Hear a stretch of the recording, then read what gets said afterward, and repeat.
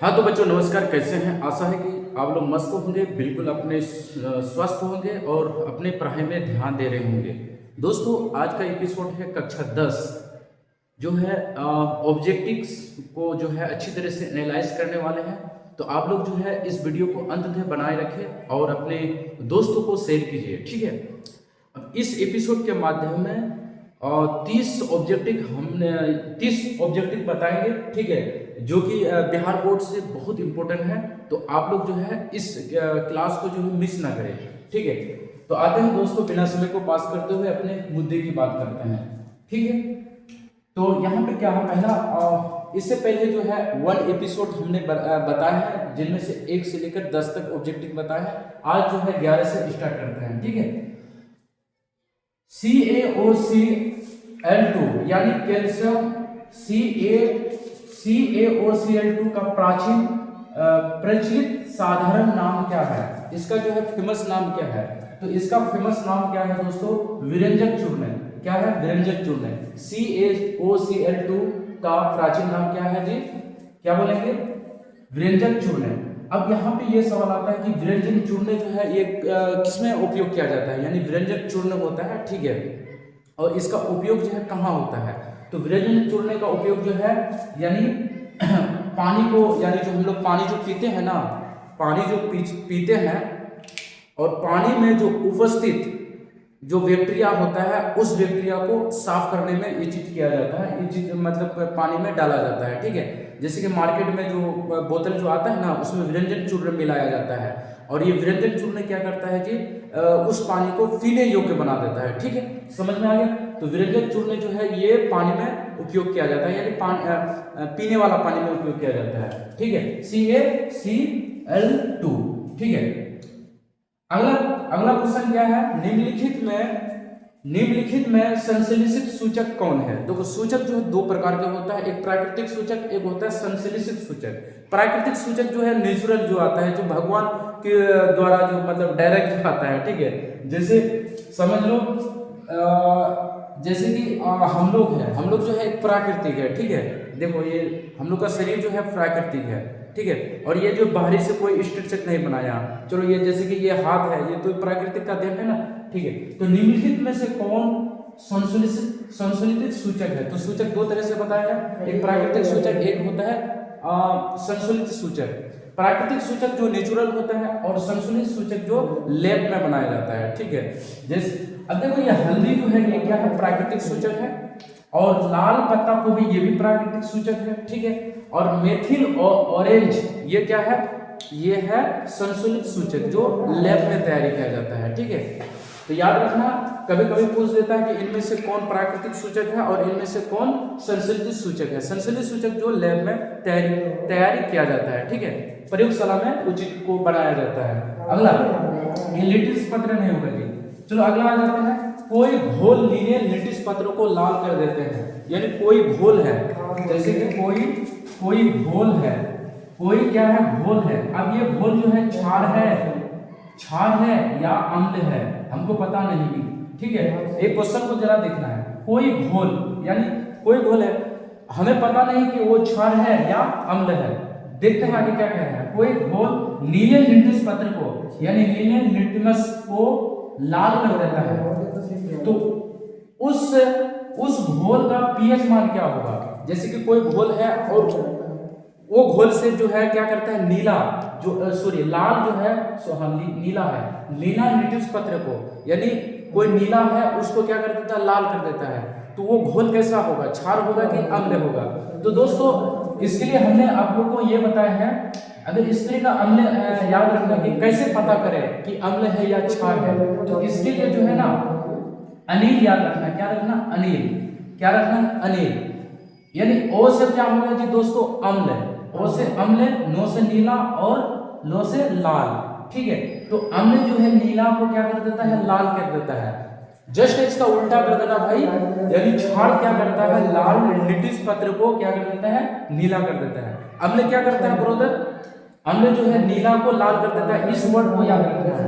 अम्ल जो है नीला को क्या कर देता है? लाल कर देता है, और क्षार जो है क्या करता है? लाल को नीला कर देता है। जस्ट इसका उल्टा। तो ये आप देखते हैं क्या है? कोई घोल नीले यानी नीले को क्या करते हैं, लाल कर देता है, इसका मतलब ये क्या है जी, अम्ल है। तो इसका पीएच मान क्या होता है, पीएच मान इसका क्या होगा, इसका पीएच मान क्या होगा, 2 होगा। क्या होगा, 2। ठीक है, चलो आ जाते हैं अगला।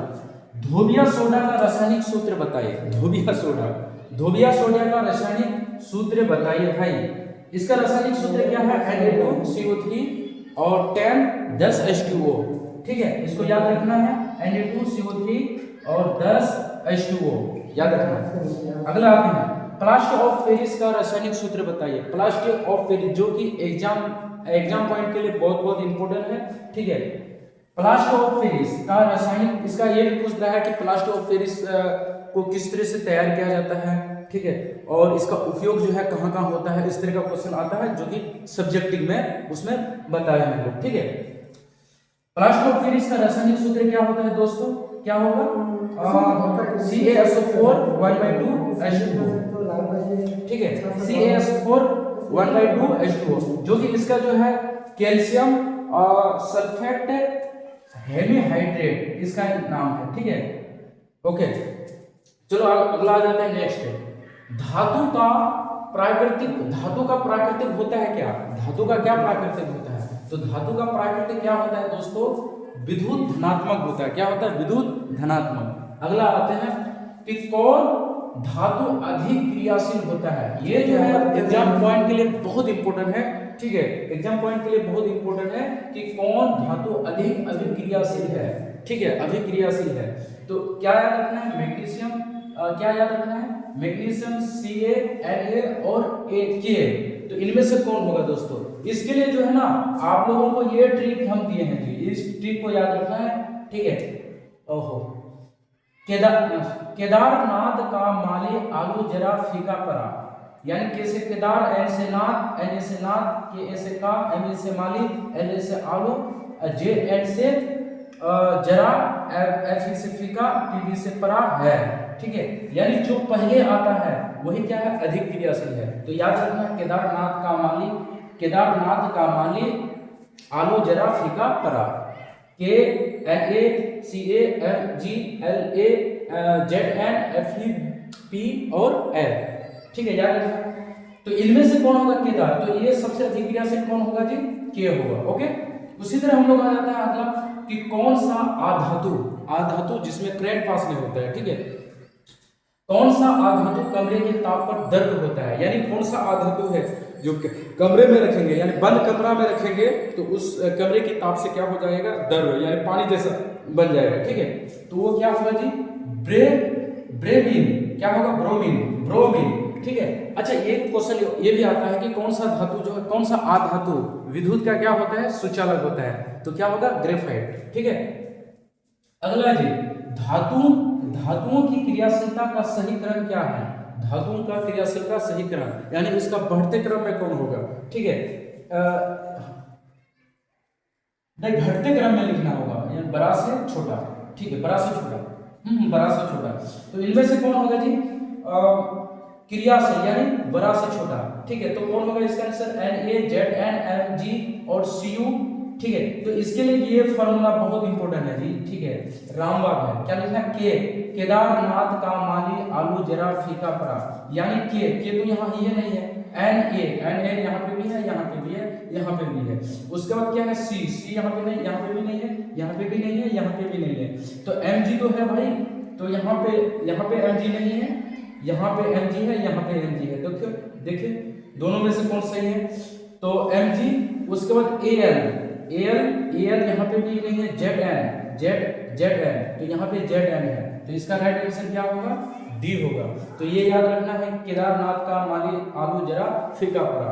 इनमें से अगर कोई आ रहा है ऑप्शन में तो वही इसका आंसर होगा।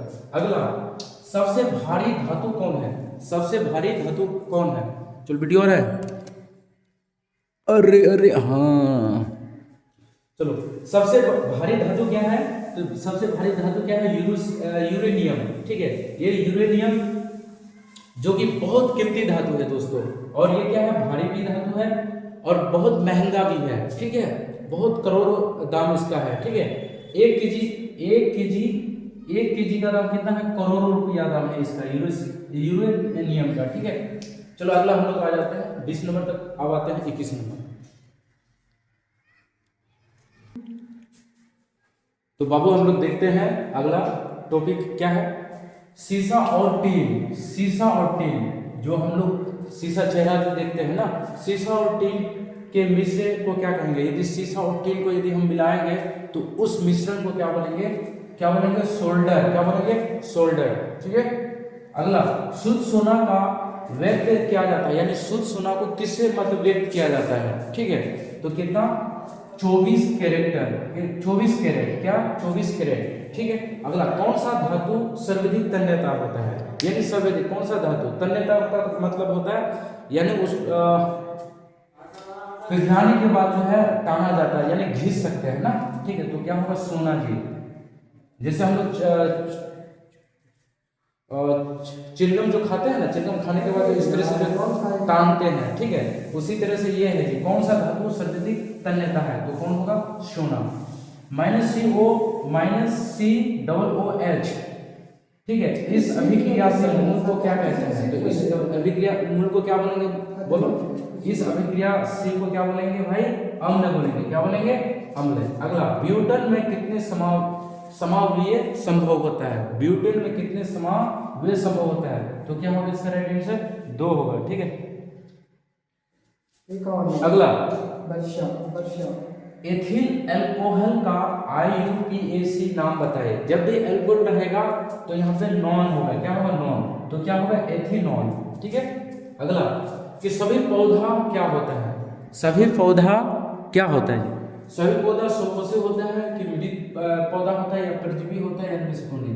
सभी पौधा क्या होता है? स्वकोषी होता है। ठीक है, जो अपने आप भोजन बनाता है। अगला कौन सा उभयली जंतु है? ठीक है, तो क्या होगा? केचुआ। क्या होगा? केचुआ। अगला दांत का ऊपरी परत को क्या बोलेंगे? दांत का ऊपरी परत। ठीक है, दांत का ऊपरी परत को क्या बोलेंगे? इनामेल। क्या बोलेंगे? इनामेल। अगला कि परजीवी का उदाहरण कौन है? परजीवी का उदाहरण कौन होगा जी? ब्रायोफिलियम या अमरवेल या चीड या गोबर छाता। क्या होगा इसका राइट आंसर? अमरवेल। अगला मानव हृदय का औसत प्रकुचन दाब लगभग कितना होता है जी? कितना होता है? 120 mmHg। मानव मूत्र में यूरिया का कितना प्रतिशत होता है? मानव मूत्र में यूरिया की प्रतिशत कितना होता है जी? बताओ जरा, कितना होगा? 2%। कितना? 2%। ठीक है, फिर अगला हम लोग आ जाते हैं जी 32। तो आते हैं दोस्तों 33। रक्तचाप मापने वाला यंत्र क्या होता है? जो हम लोग रक्त को यानी रक्त का स्पीड को यानी दाब को जो हम लोग मापते हैं, किस यंत्र के द्वारा मापते हैं? तो बैरोमीटर या मोनोमीटर या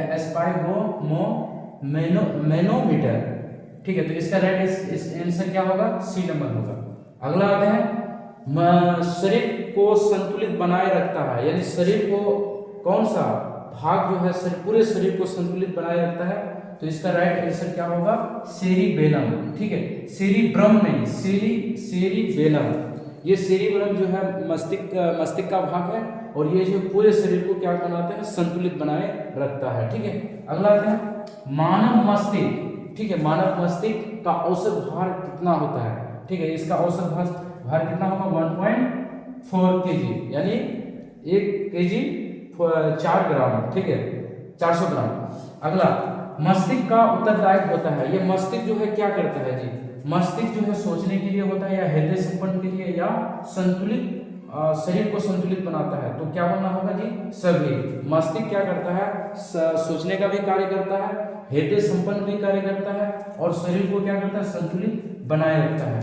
अगला फल पकाने वाला हार्मोन क्या है जी? एथिन या ऑक्सिन या जेलबेरिन या क्या होगा? साइटोकाइनिन। तो इसका राइट आंसर क्या होगा? एथिलीन। ठीक है, अगला किसे